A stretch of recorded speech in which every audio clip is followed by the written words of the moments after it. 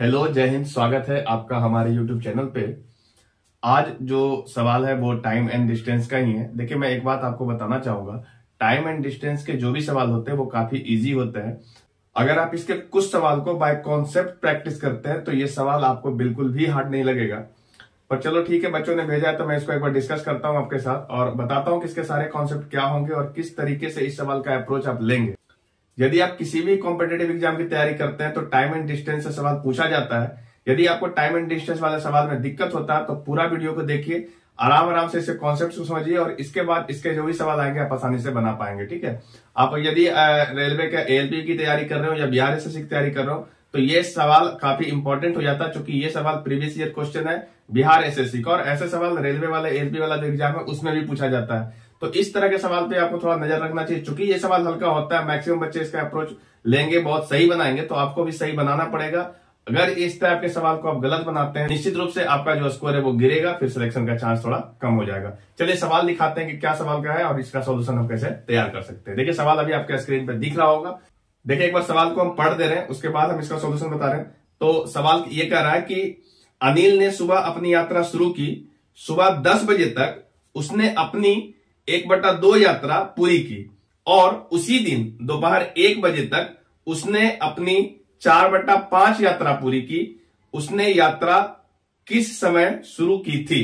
Option दिया है सुबह 2 बजे, सुबह 4 बजे, सुबह 5 बजे और सुबह 3:30 बजे। ये 4 ऑप्शन दिया हुआ। काफी आसान सवाल है, पर आपको थोड़ा सा कॉन्सेप्ट लगा के चलना होगा ताकि आपको ज्यादा कैलकुलेशन ना करना पड़े। ठीक है, उसने जो बोला है एक बार आपको डायग्राम से समझाने की कोशिश करते हैं। देखिए डायग्राम में क्या बोला गया। मान लीजिए कि वो जो यात्रा शुरू किया था वो यात्रा इतनी दूरी थी। हमने इतना दूरी मान लिया है कि यहां से लेके यहां तक वो यात्रा करना चाहता था। ठीक है, और सवाल में ऐसा मेंशन है कि वो जब 10 बज रहा था, मान लेते हैं ये 10 बज रहा है, इस समय तक यानी 10 बजे तक। अच्छा, यात्रा शुरू कब किया था? तो यात्रा शुरू किया था सुबह। कितना बजे किया था ये नहीं मालूम है, यही चीज आपसे पूछ रहा है। तो 10 बजे तक अपनी पूरी यात्रा का 1/2 तैयार कर लिया था।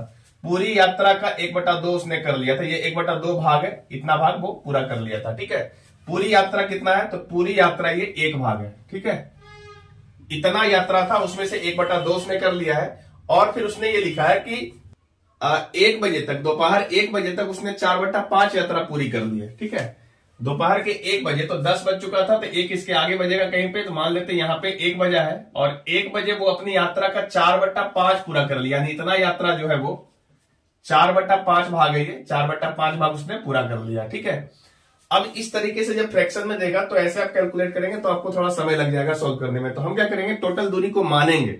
ठीक है, लोग इसको x बाई भी मानते हैं, पर हम ये बोलेंगे जब मानना ही है तो कोई ऐसा वैल्यू मानो जो आपके कैलकुलेशन को आसान कर दे। ठीक है, जैसे यदि आप कुल दूरी को x मानते तो ये इसका आधा दूरी x/2 हो जाता, जो कि भिन्न में चला जाता तो आपका कैलकुलेशन बढ़ जाता।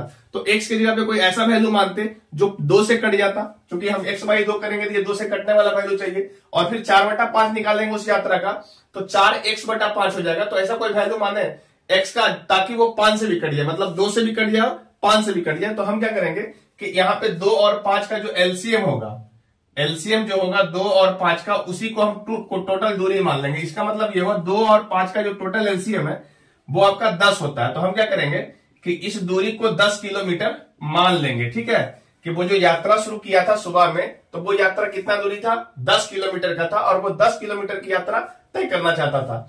10 बजे उसने आधा दूरी तय कर लिया। तो आधा दूरी कितना होगा? 10 का आधा 5 होगा, यानी 5 किलोमीटर उसने तय कर लिया। लिख देते हैं कि वो 5 किलोमीटर दूरी तय कर लिया था। ठीक है, और उसके बाद उसने बोला है कि इसी 10 किलोमीटर का 4/5वां हिस्सा 1 बजे तक पूरा कर लिया था।